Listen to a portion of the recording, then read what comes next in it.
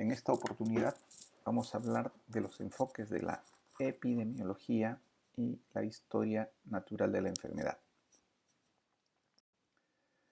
Para poder abordar este tema, los contenidos que hemos considerado presentar está referido a una pequeña introducción, hablar de los principios de la epidemiología y los diferentes enfoques epidemiológicos, del proceso salud-enfermedad, los diferentes modelos de este proceso salud-enfermedad y los diferentes niveles de prevención correlacionados con el desarrollo de la historia natural de la enfermedad.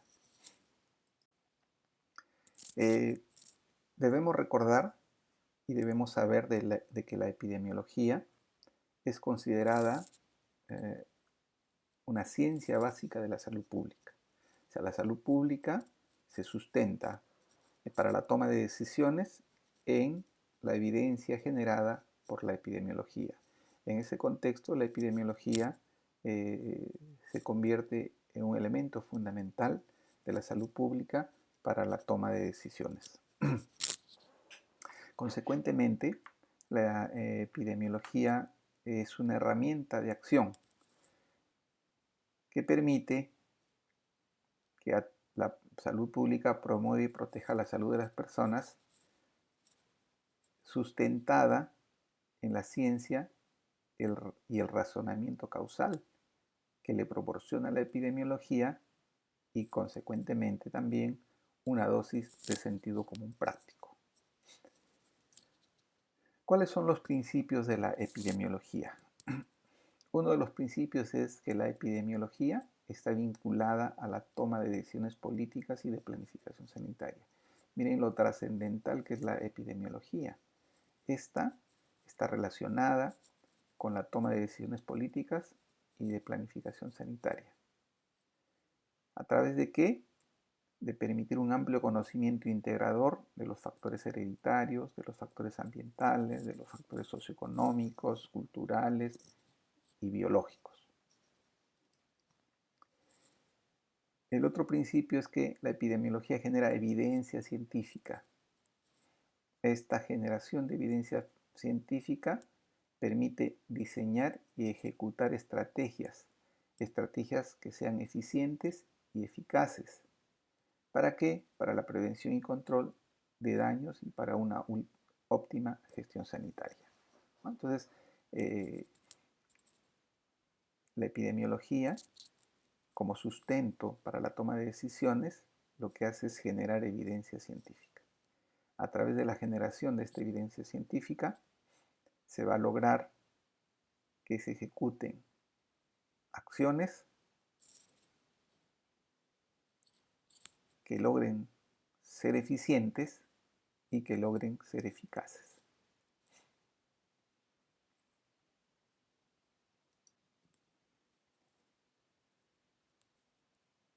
El otro principio de la epidemiología. Debemos recordar también de que para hablar de los enfoques de la epidemiología, que la propagación de los daños se van a hacer evidentes cuando se presenta más de un caso relacionado. ¿A qué me refiero? A lo que vamos a ver en la transparencia. Aparece un caso de una determinada enfermedad en este grupo de personas. Luego aparece otro caso y ya estamos nosotros evidenciando o se está haciendo ostensible de que está ocurriendo un proceso de propagación del daño. Frente a esto, frente a este tema en el cual hemos evidenciado de que a partir de una persona se ha presentado el daño en otras más, estamos haciendo evidente o estamos haciendo ostensible de que el daño se está propagando. Frente a esta propagación del daño, surge una pregunta central de la epidemiología. Y la pregunta central de la epidemiología es: ¿por qué razón se propaga dicho daño. Y para poder responder esa pregunta, ¿por qué razón se propaga el daño?, se desarrolla un conjunto de métodos y técnicas que constituyen lo que nosotros llamamos el cuerpo teórico de la epidemiología. Y a esas métodos, técnicas se denominan los famosos enfoques de la epidemiología. Entonces, cuando se hace evidente la ocurrencia de un fenómeno de propagación de una enfermedad, para responder a la pregunta ¿por qué se está produciendo este proceso de propagación?, tenemos que recurrir a los enfoques de la epidemiología. Y dentro de los enfoques de la epidemiología se identifican tres fundamentalmente: el enfoque biomédico, el enfoque social y el enfoque histórico. El enfoque histórico. No histótico, sino histórico. El enfoque biomédico. ¿Qué sostiene el enfoque biomédico? Lo que sostiene es que los problemas de la salud se propagan debido a ciertas características de quienes padecen el problema. O sea, los que tienen el problema tienen ciertas características y que esas características hacen de que estas personas tengan la enfermedad. Y aquellas que no tienen estas características, evidentemente, no la van a padecer. Eso es lo que dice el enfoque biomédico. El enfoque biomédico lo que nos dice: los que se enferman son los que tienen ciertas características que los predisponen a desarrollar la enfermedad, mientras los que no se enferman no tienen esas características. Y además nos dice este enfoque biomédico que estas características son esencialmente individuales, aunque también podrían ser grupales o ambientales, ¿no?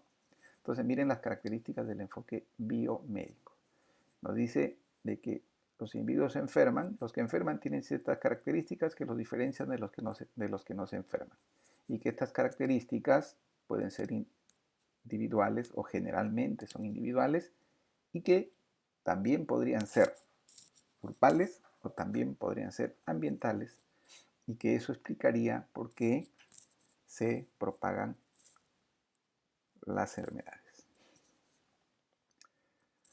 En este enfoque biomédico, la tarea de la epidemiología es encontrar factores específicos, pues de ello va a depender la eficacia del control y la prevención. O sea, encontrar esos factores específicos que hacen que las poblaciones sean susceptibles a desarrollar la enfermedad y consecuentemente a que la enfermedad se propague.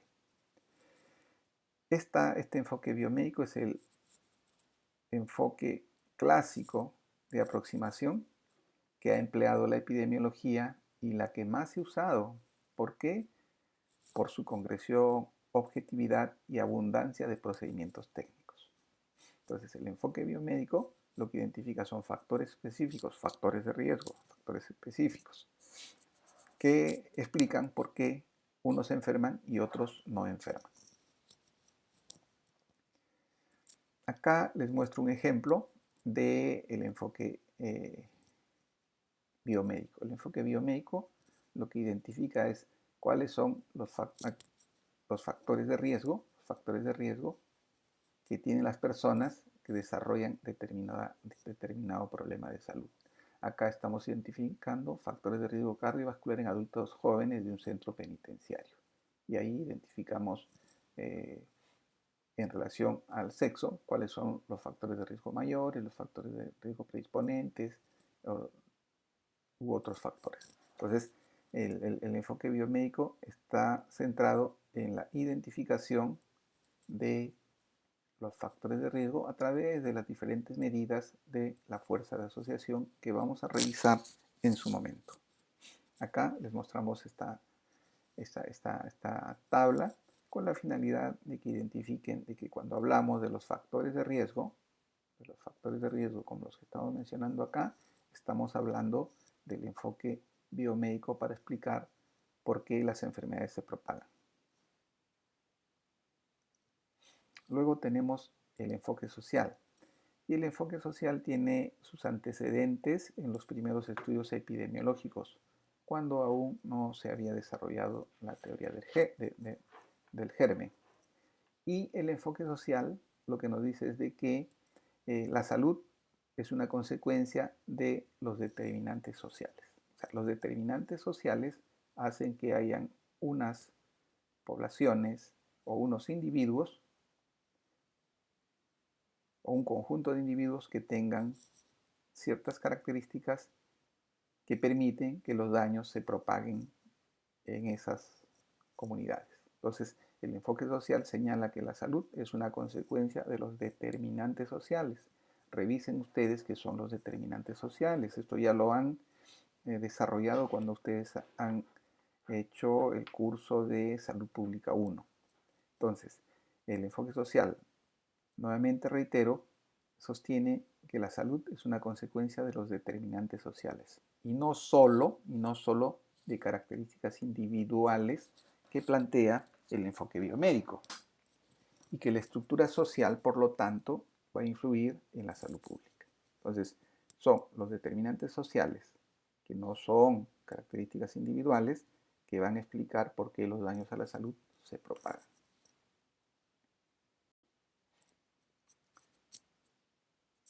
El enfoque social lo que trata de establecer es similitudes y diferencias en la estructura social y la forma en que viven las poblaciones. Por lo tanto, considera que los daños a la salud van a depender de cómo está organizada una sociedad y además de analizar cuán extendidos se encuentran ciertos modos de vida nocivos. Eso es lo que nos dice el enfoque social, ¿no? El enfoque social lo que plantea es de que los determinantes sociales son los que están involucrados en la ocurrencia de los daños a la salud en la población y que no son los factores individuales los que explicarían por qué se propagan las enfermedades en contraposición a lo que plantea el enfoque biomédico. Entonces, nuevamente les reitero, el enfoque social tiene que ver con los determinantes sociales de la salud, mientras que el enfoque biomédico tiene que ver con los factores individuales, los factores individuales o los factores de riesgo individuales que explicarían por qué los daños a la salud se propagan en unos y no en otros. Acá les pongo un ejemplo donde podemos ver, y acá nos dice cuál fue el objetivo de la investigación: establecer asociación de los determinantes sociales de salud con el grado de discapacidad en población mayor de 18 años de la ciudad de Barranquilla. Entonces, ya ustedes ven, si ustedes se encuentran que les plantean o que se plantea un estudio con estas características, este estudio lo que trata de utilizar es el enfoque social para explicar la ocurrencia de la discapacidad en la ciudad de Barranquilla. El otro enfoque es el enfoque histórico. Y el enfoque histórico nos dice de que la población es algo más que un agregado de personas, ¿no? La población no solamente es una suma de individuos, sino es un organismo con leyes propias, cuya forma actual es producto del desarrollo histórico. O sea, dicho de otra manera, la población primero nos dicen de que no es un agregado de personas, sino es un organismo con ciertas normas propias y que ha llegado a la actualidad como producto de su desarrollo histórico. Por lo tanto, los daños a la salud se han sucedido de acuerdo a grandes determinantes históricos y sociales más que a factores específicos, nos dice, ¿no? Entonces, la evolución histórico-social, la evolución a lo largo del tiempo, a través del desarrollo histórico, ha hecho de que los daños a la salud se sucedan a lo largo del tiempo. Eso es lo que nos dice el enfoque histórico. Y en ese enfoque histórico, en ese devenir del tiempo, han ocurrido pues evidentemente cambios ambientales, han habido cambios demográficos, han habido cambios económicos, han habido cambios sociales que son los que van a explicar finalmente por qué unas poblaciones se enferman y otras no. Estos cambios son los que van a determinar finalmente el estado de salud.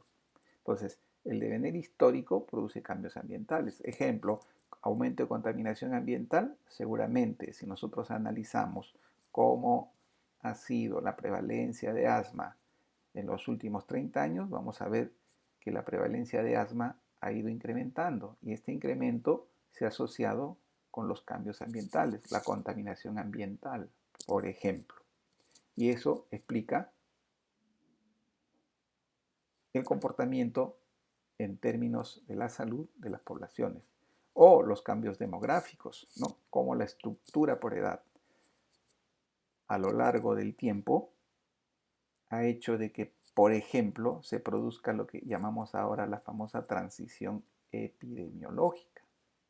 ¿Como producto de qué? De estos cambios demográficos a lo largo del tiempo. Eso es lo que nos plantea el enfoque histórico. Un ejemplo, tenemos la distribución de Aedes aegypti en las Américas desde 1930 hasta 2004. Entonces acá podemos analizar históricamente qué cambios han ocurrido a lo largo del tiempo, desde el punto de vista social, desde el punto de vista económico, desde el punto de vista ambiental, que desde 1930, donde se tenía la presencia de Aedes en gran parte de los países, luego fue disminuyendo. Y eso tiene que ver, como yo les digo, no solamente con el tiempo, la evolución histórica simplemente, sino que en ese proceso histórico, en ese tiempo, qué circunstancias han permitido, por ejemplo, que en los años 70 se erradique la Aedes en gran parte de Sudamérica. Pero luego, en el 2004, nuevamente aparece este Aedes aegypti y consecuentemente la enfermedad que ellos producen, que es el dengue, ¿no? Entonces, eso es lo que nos dice el enfoque histórico. El enfoque histórico nos dice que el devenir histórico que condiciona cambios sociales, cambios políticos, cambios económicos, cambios ambientales, se va a traducir en la ocurrencia de grupos poblacionales que van a tener la mayor posibilidad de presentar ciertos daños a la salud y eso explicaría bajo este concepto, bajo este enfoque histórico, por qué las enfermedades se propagan. Para resumir lo que hemos mencionado, el enfoque biomédico, el enfoque social y el enfoque histórico. En términos de la causalidad, ya dijimos, el biomédico nos dice que hay causas específicas e interacción de factores, mientras que la causalidad del enfoque social está referida a los determinantes sociales. El enfoque histórico nos dice el contexto histórico, natural y social, y en ese contexto histórico la ocurrencia de los diferentes cambios sociales, cambios económicos, cambios políticos, cambios ambientales. ¿Qué metodología usa el enfoque biomédico? La metodología de la descripción y análisis de asociaciones. Lo que les mostramos, factores de riesgo, asociación. El enfoque social, análisis sociológico y antropológico. Esa metodología aplica para ver cómo estos determinantes sociales, tienen impacto en la presencia o no de un daño a la salud. Y el enfoque histórico, la metodología que utiliza es el análisis histórico.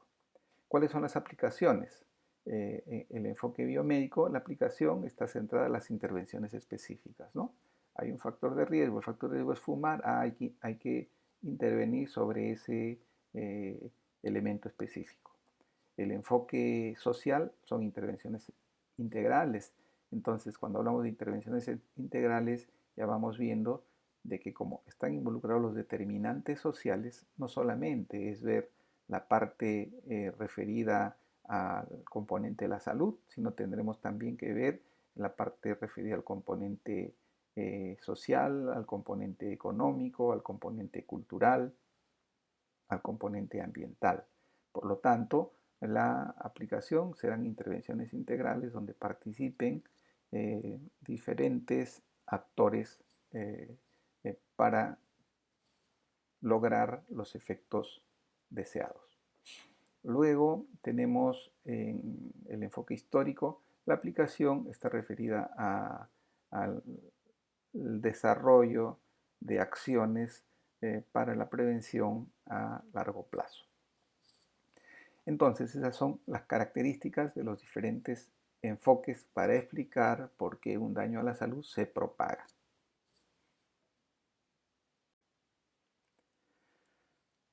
Ahora hablaremos del proceso salud-enfermedad y decirles de que la epidemiología pues es una ciencia sinóptica debido a que ha tomado a la población como unidad de trabajo. Su unidad de trabajo de la epidemiología, ya dijimos, son las poblaciones. O sea, su objeto de estudio son las poblaciones, en quienes se emplea un conjunto de conocimientos provenientes de otras ciencias, los reestructura de una manera tal de que a través de ellos puede resolver sus problemas en forma práctica e inmediata.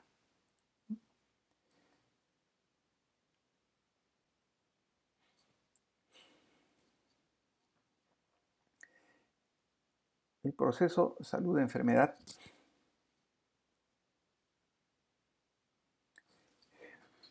es la síntesis, miren, todo ese proceso salud-enfermedad. Es la síntesis de un conjunto de determinantes que actúan de manera concertada y que producen en diferentes grupos la aparición de riesgos y potencialidades. Y que estos riesgos y potencialidades se van a traducir, se van a manifestar en forma de perfiles o patrones de enfermedad o salud. El proceso de salud-enfermedad es una secuencia de eventos que son previsibles, sociales e históricamente determinados. Pero la determinación no indica fatalidad, sino probabilidad. Eso también tienen que recordar, ¿no? Que cuando nosotros hablamos de la evolución en el proceso de salud-enfermedad, lo que nosotros consideramos son las probabilidades de que pueda ocurrir un evento, un hecho, una situación respectiva, mas no podemos indicar de manera fehaciente la ocurrencia de tal situación.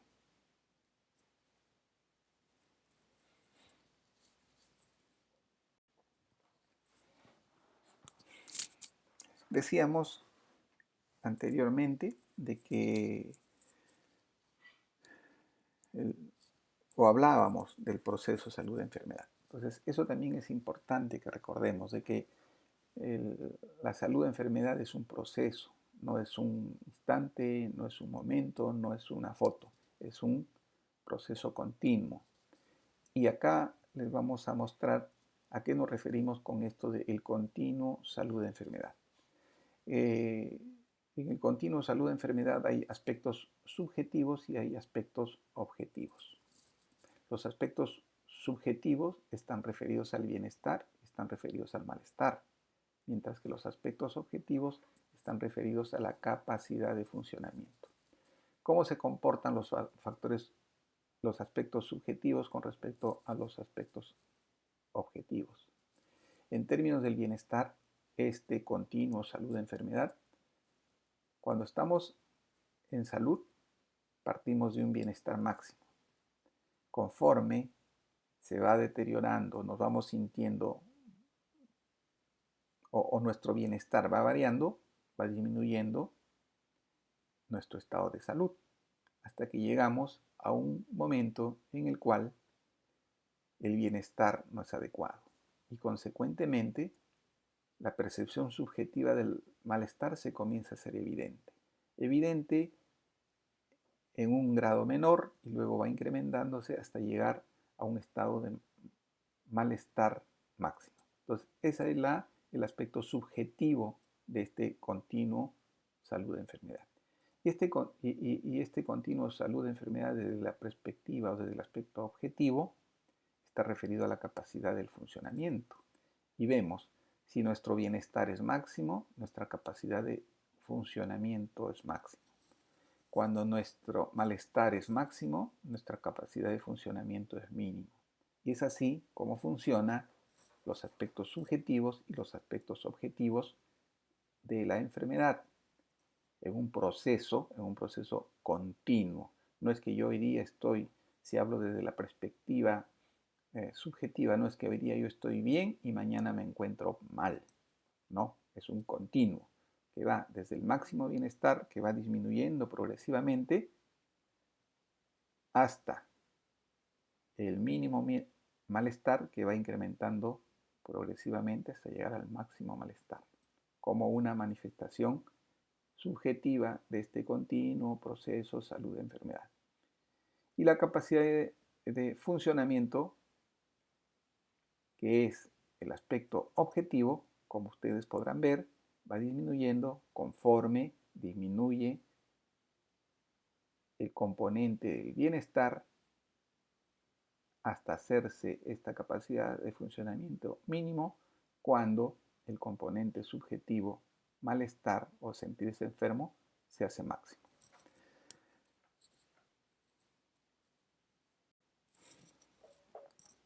También podemos hablar del continuo operativo salud-enfermedad y tenemos por un lado la salud positiva y por otro lado, hacia el lado derecho, la salud positiva y hacia el lado izquierdo, la pérdida de la salud. Y en el medio tenemos una zona neutra, donde no es posible que distingamos lo normal de lo patológico, ¿no? Hay un momento en que es difícil identificar lo que es normal de lo que es anormal y que consideramos la zona neutra. A partir de ahí hay una zona de salud positiva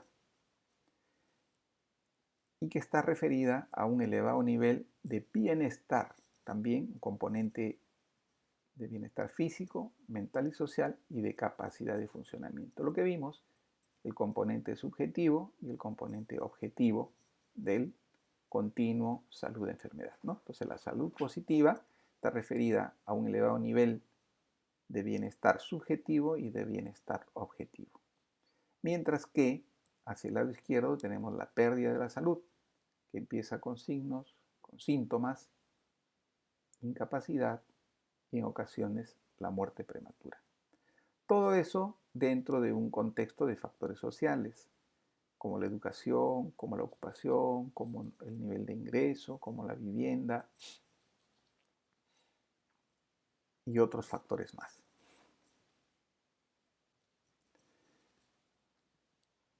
En relación a los modelos epidemiológicos del proceso salud-enfermedad, debemos hablar del modelo unicausal, que también mencionamos algo cuando hablamos en la clase anterior sobre la teoría de los microbiana, ¿no? Donde hablamos de que microorganismos únicos producen una enfermedad única. Ese es el famoso unicausal, que a la luz de los conocimientos que tenemos actualmente, este modelo explica muy pocas enfermedades.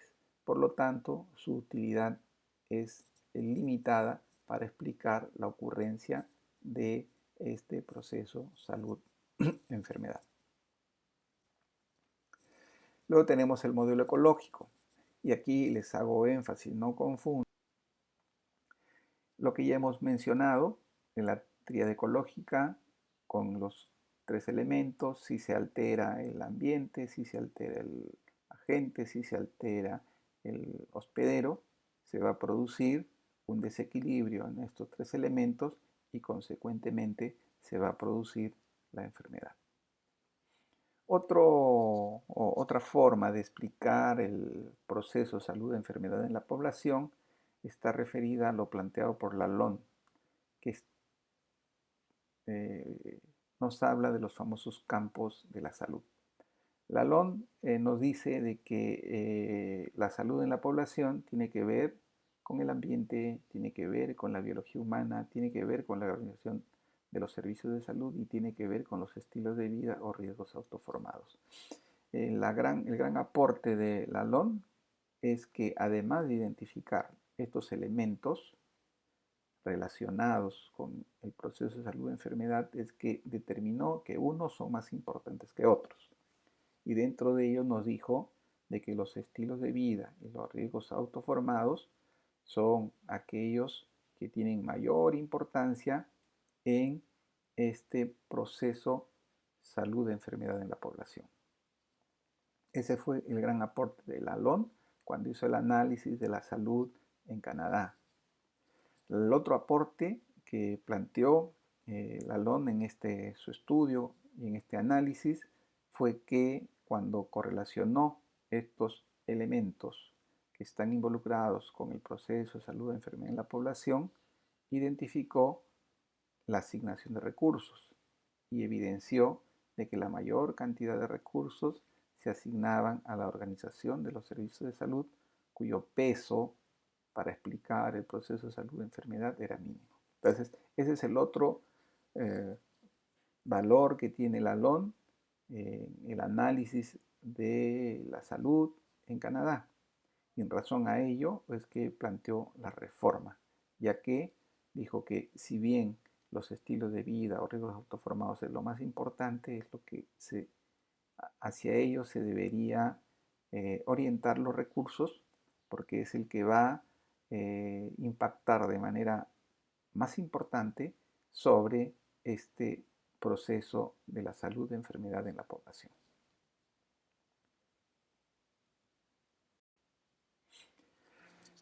Bien, habiendo revisado las explicaciones en relación a el proceso de salud de enfermedad, haber explicado los diferentes modelos del proceso de salud de enfermedad y habiendo revisado el modelo unicausal, habiendo revisado el modelo ecológico, habiendo analizado el modelo de los campos de la salud planteados por Lalonde, vamos a hablar ahora de lo que es la historia natural de la enfermedad. ¿Y qué es la historia natural de la enfermedad? Es la evolución de la enfermedad sin la intervención del médico, sin la asistencia médica o la asistencia sanitaria. Eso es lo que tienen que recordar. ¿Por qué? Porque lo que hay que diferenciar es historia natural de la enfermedad de lo que es el curso clínico. Entonces, la historia natural de la enfermedad es cómo la enfermedad evoluciona sin la intervención clínica, sin la intervención sanitaria, sin la intervención médica. En cambio, el curso clínico es la evolución de la enfermedad cuando nosotros les damos tratamiento, damos asistencia médica, asistencia sanitaria. Eso es lo que debemos de recordar. A la otra cosa, cuando hablamos de historia natural, existe el periodo prepatogénico y dos periodos bien definidos, el prepatogénico y el patogénico. Y en el periodo prepatogénico ya hablamos de la famosa triada ecológica, agente, huésped, medio ambiente y el análisis de esos elementos. Y en el periodo patogénico se habla de una patogénesis temprana, y ahí hablamos de la etapa reactiva, prodrómica, subclínica, y el periodo patogénico tardío, la fase clínica y la fase de resolución. Se plantea de esta manera la historia natural de la enfermedad en el contexto de los dos periodos, el periodo prepatogénico y el periodo patogénico. Lebel y Clark lo que hizo fue estructurar la historia natural de la enfermedad y correlacionarlo con los diferentes niveles de prevención. Y como ven, el esquema de Lebel y Clark nos dice de que hay un periodo prepatogénico y ahí estamos viendo que es antes de la enfermedad, agente, huésped, ambiente, y luego el periodo patogénico donde nos hablan de un horizonte clínico, que es una línea imaginaria que divide el subclínico del clínico. En el subclínico lo que nos hablan es del periodo de latencia, interacción, estímulo, huésped, nos hablan de los cambios tisulares, nos hablan también de la presencia cuando aparece el primer signo o síntoma, nos dicen que pasamos a la etapa clínica, luego de haber atravesado el horizonte clínico, que es una línea imaginaria que divide lo subclínico de lo clínico. Y luego tenemos una fase de resolución. La fase de resolución que puede tener tres posibilidades. Una, que la persona se recupere totalmente. Dos, que quede con secuela. Y tres, que lo que no deseamos con nosotros es que la persona muera. Entonces, nuevamente, para recordarles, la historia natural de la enfermedad es la evolución de la enfermedad sin la intervención clínica, médica. En cambio, el curso clínico es la evolución de la enfermedad, pero con asistencia clínica o asistencia médica. Eso también debemos de diferenciar. Nosotros vamos a hablar de la historia natural de la enfermedad, cómo evoluciona la enfermedad sin intervención médica. Y consecuentemente vamos a correlacionar esta historia natural con los niveles de prevención. Bien, hay ciertos puntos y espacios de importancia en la historia natural de la enfermedad. Y para ello debemos recordar algunos conceptos, como es el concepto de periodo de incubación. ¿Qué es el periodo de incubación? Es el periodo que transcurre desde que ingresa el microorganismo hasta que aparece el primer signo o síntoma. Ese es el periodo de incubación, desde el momento que ingresa el microbio hasta que aparece el primer signo o síntoma. Luego tenemos el periodo de inducción. El periodo de inducción es desde la exposición al factor de riesgo hasta la ocurrencia de los cambios patológicos. Ese es el periodo de incubación, desde la exposición al factor de riesgo hasta que aparecen los cambios patológicos. El periodo de latencia es el periodo que transcurre desde los cambios patológicos, desde que aparecen los cambios patológicos, ¿no? Desde que aparecen los cambios patológicos hasta el diagnóstico usual, periodo de latencia, hasta el diagnóstico usual.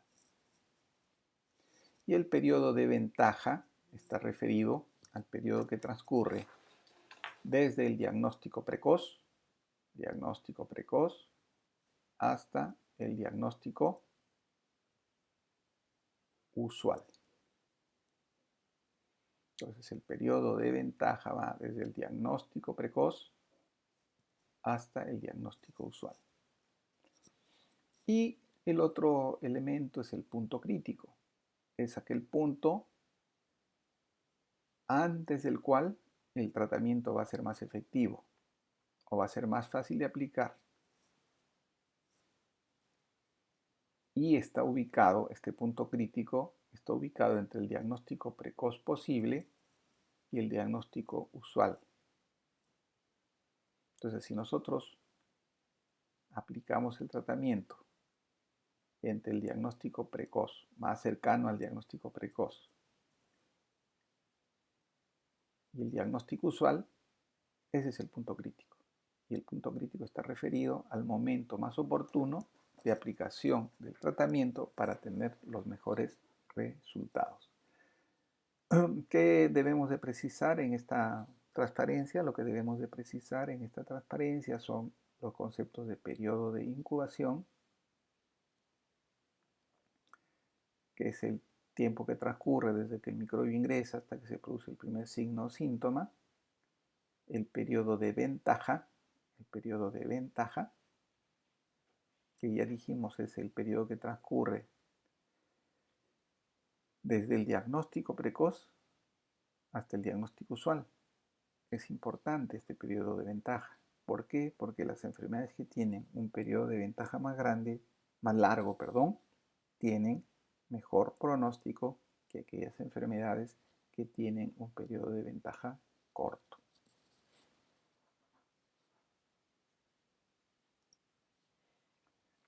Una vez que hemos revisado la historia natural de la enfermedad, vamos a revisar los niveles de prevención. A manera de recuerdo, esto ya ustedes han tratado ampliamente en el curso de Salud Pública 1, simplemente para enfocar desde la perspectiva epidemiológica estos conceptos de los niveles de prevención. Y ahí tener en cuenta la prevención primordial, la prevención primaria, la prevención secundaria y la prevención terciaria. La prevención primordial, que está referida a las acciones que se aplican a los factores circundantes que están alrededor de la enfermedad. La prevención primaria, que se aplica en el periodo prepatogénico, y la prevención secundaria y prevención terciaria en el periodo patogénico. También tener en cuenta de que la prevención primaria tiene el primer nivel, llamada promoción de la salud, segundo nivel, protección específica. La prevención secundaria tiene el tercer nivel, diagnóstico y tratamiento precoz, el cuarto nivel, limitación del daño, y la prevención terciaria, que es el quinto nivel, que es la rehabilitación. Prevención primordial, que es lo que dijimos, estar orientado a los factores subyacentes. ¿Cuál es el objetivo? Evitar que surjan y se consoliden patrones de vida social, económico y cultural que se sabe contribuyen a elevar el riesgo de la enfermedad. Un patrón social, por ejemplo, es el hábito de fumar, ¿no? Entonces, cuando nosotros sale una ley que prohíbe la propaganda del cigarrillo en la televisión, cuando sale una ley que obliga a que los establecimientos de atención tengan, por ejemplo, áreas para fumadores, estamos aplicando medidas de prevención primordial, porque lo que estamos tratando es de evitar el surgimiento y consolidación de ciertos patrones de vida social.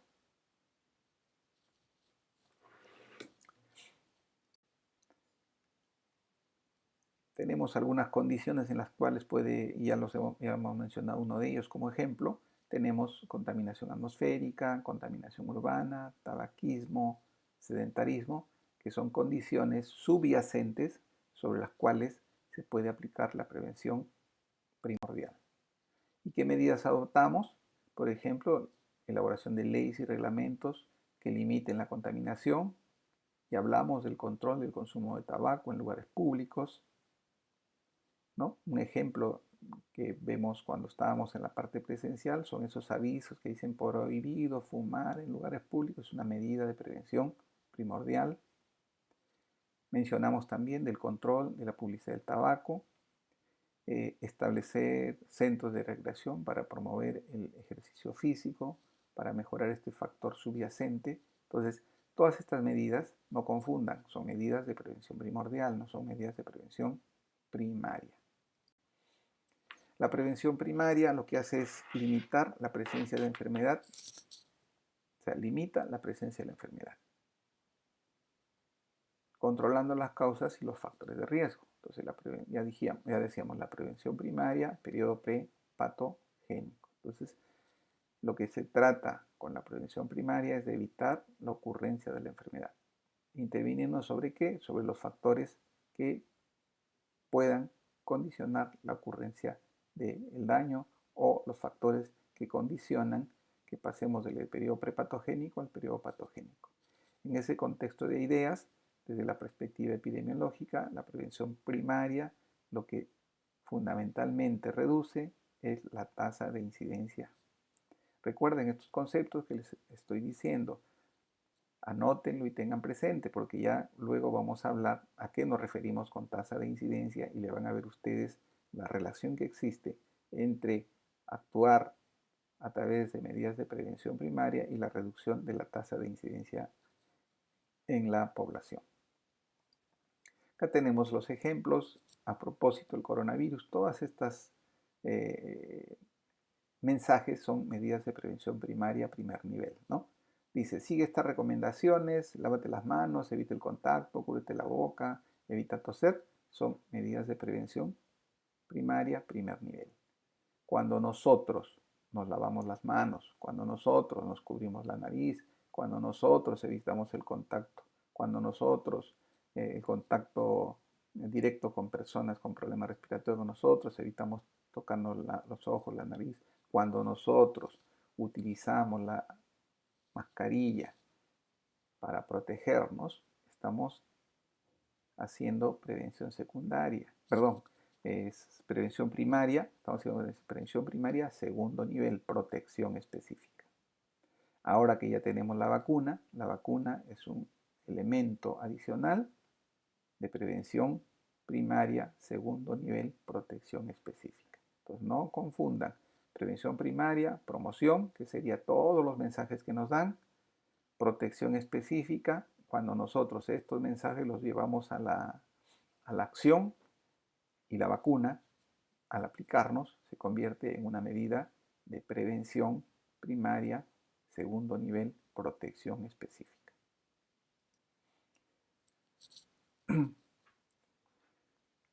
Estrategias pueden ser las estrategias de prevención primaria pueden ser estrategias poblacionales o estrategia grupal. Podemos aplicar tanto a la población en general como podemos aplicar las medidas de prevención primaria a grupos de riesgo, a grupos específicos. Y ahí hablamos de estrategias de grupo. Cada una tiene ventajas y tiene desventajas. La estrategia poblacional, por ejemplo, su ventaja es que radical aplica a toda la población. La otra ventaja, gran potencial, consecuentemente para toda la población, y es adecuada para comportamientos. La estrategia de grupo de riesgo es adecuada para los individuos, motiva a los sujetos que tienen este riesgo, también motiva a los médicos y hay una relación favorable beneficio-riesgo. ¿Qué inconvenientes tiene? Que la estrategia poblacional, el beneficio individual es escaso. Por lo tanto, motiva poco a las personas. Como el médico no ve el resultado individual, también desmotiva al médico. Y la relación riesgo-beneficio puede ser bajo.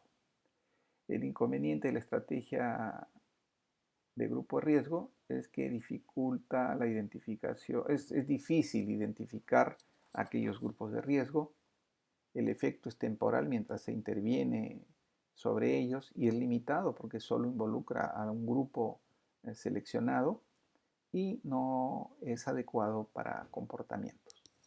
Esos son los inconvenientes de la estrategia grupal. Prevención secundaria, el objetivo es curar a los pacientes, evidentemente, y reducir las consecuencias más graves de la misma. Comprende las medidas de diagnóstico precoz y intervención rápida y efectiva. O sea, diagnóstico precoz, tratamiento oportuno, prevención secundaria. La prevención secundaria se aplica en la etapa patogénica. Y la prevención secundaria tiene el primer y segundo nivel. Primer nivel, diagnóstico precoz, tratamiento oportuno. Segundo nivel, limitación del daño. Y la prevención terciaria, que comprende al quinto nivel, que es la rehabilitación, que se aplica en el periodo patogénico también en la fase de resolución de la enfermedad.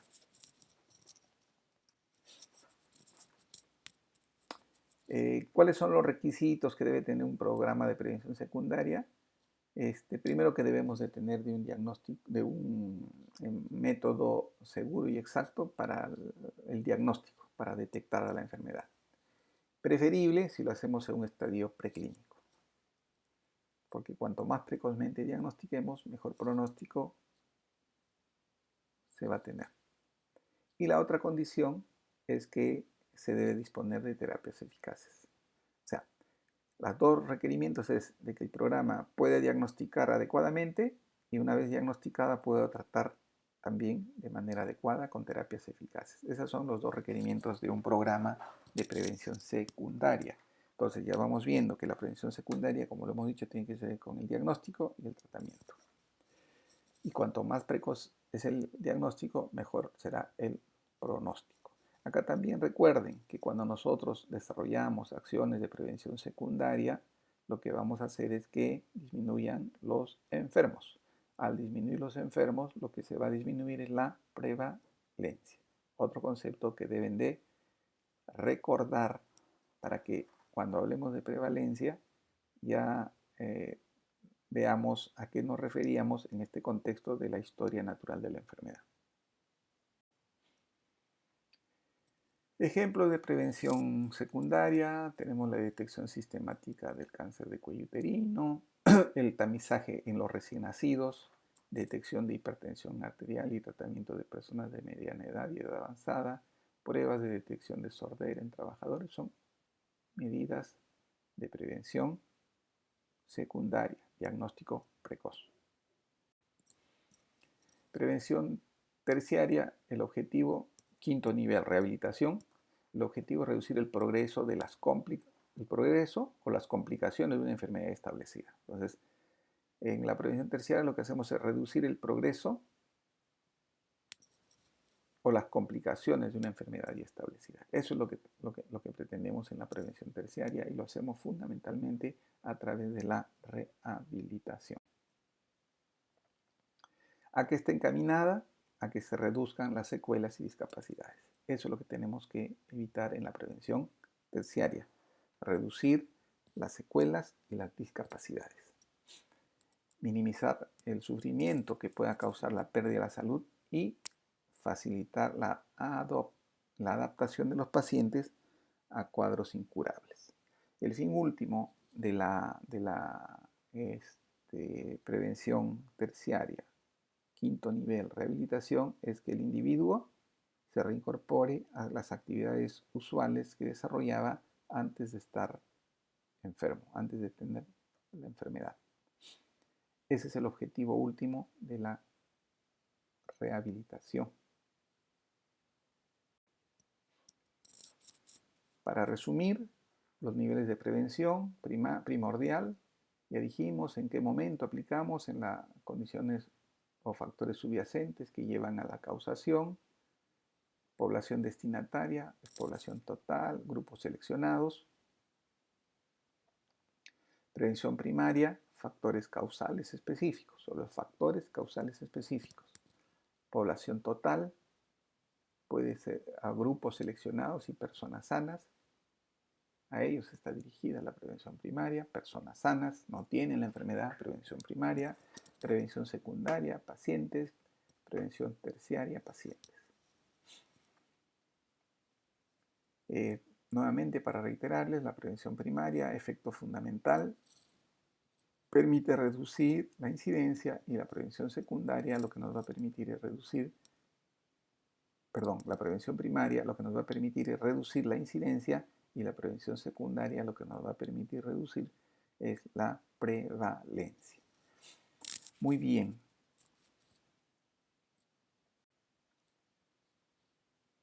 Otro concepto que debemos de recordar es el concepto, o más que recordar, esto sí, de tener en cuenta, porque lo clásico es hablar de prevención primaria, prevención secundaria, prevención terciaria, y acá vamos a hablar ya de prevención cuaternaria. En el año 86 se enunció el concepto de prevención cuaternaria.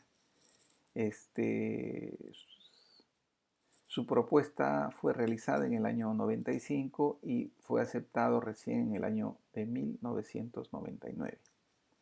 En el año 2003 ya fue incluido en el Diccionario de Medicina General y de la Familia de la Organización Mundial de Médicos de la Familia. Y los descriptores de ciencia de la salud ya lo registran desde el año 2015. Miren, ¿no? Eso es un poco de la historia de la prevención cuaternaria. Todavía no lo estamos trabajando, pero hay que tener en cuenta. Y la prevención cuaternaria, como van a ver ustedes, no tiene que ver con la historia natural de la enfermedad per se, sino que la prevención cuaternaria está orientada a disminuir la iatrogenia, o sea, la generación de daño en el paciente. También está orientada a evitar intervenciones innecesarias y permitir mitigar sus efectos adversos. Entonces ya vamos viendo de que la prevención cuaternaria está orientada a proteger al paciente, pero de las acciones que desarrolla el personal de salud. ya sea por una medicación inadecuada, ya sea por una intervención innecesaria, con la finalidad de mitigar los efectos adversos que podría generar estas intervenciones innecesarias. Ejemplo, realizar tomografías de manera frecuente o de control, ¿no? Entonces, la prevención cuaternaria lo que trata es de evitar intervenciones innecesarias. Por ejemplo, dar un tratamiento, un sobretratamiento a una persona. O sea, 3, 4, 5 antibióticos. También evitar intervenciones innecesarias o disminuir la parte de la iatrogenia como consecuencia de la intervención médica. El objetivo o los objetivos de la prevención cuaternaria es evitar o atenuar las consecuencias de la actividad innecesaria, inadecuada o excesiva del sistema sanitario. Y ahí tenemos los innecesarios y a veces peligrosos medios diagnósticos que se indican. Lo que les decía, tomografías reiteradas. Son peligrosos por la radiación que ellos generan. El sobrediagnóstico. Los diagnósticos fantasmas. Tiene apendicitis sin tener apendicitis. Tiene colecistitis sin tener colecistitis. El sobretratamiento. También lo que mencionábamos. 2, 3, 4 antibióticos por si acaso. Los tratamientos inútiles o incluso perjudiciales, para reflexionar también en este momento en el cual estamos viviendo, ¿no? El famoso, los tratamientos inútiles en el contexto del coronavirus. El otro objetivo es disminuir la incidencia de iatrogenia en los pacientes, que en estos tiempos de avance tecnológico y crecimiento de la industria farmacéutica se constituyen en un grave problema de salud pública. Entonces, también es importante que si bien no interviene en la historia natural de la enfermedad, pero sí debemos de tener en cuenta la prevención cuaternaria para poder modular la prevención secundaria que podamos hacer, que podamos hacer los médicos, y esta prevención secundaria sea lo más racional posible sin abusar de las pruebas diagnósticas, de, las, de la terapéutica, de los sobrediagnósticos. Entonces, también es importante recordar de que existe pues el concepto de prevención cuaternaria que, como ya les mencioné, se comenzó a mencionar o a enunciar desde el año 86 y que ya el año 2015 figuran en los descriptores de las ciencias de la salud.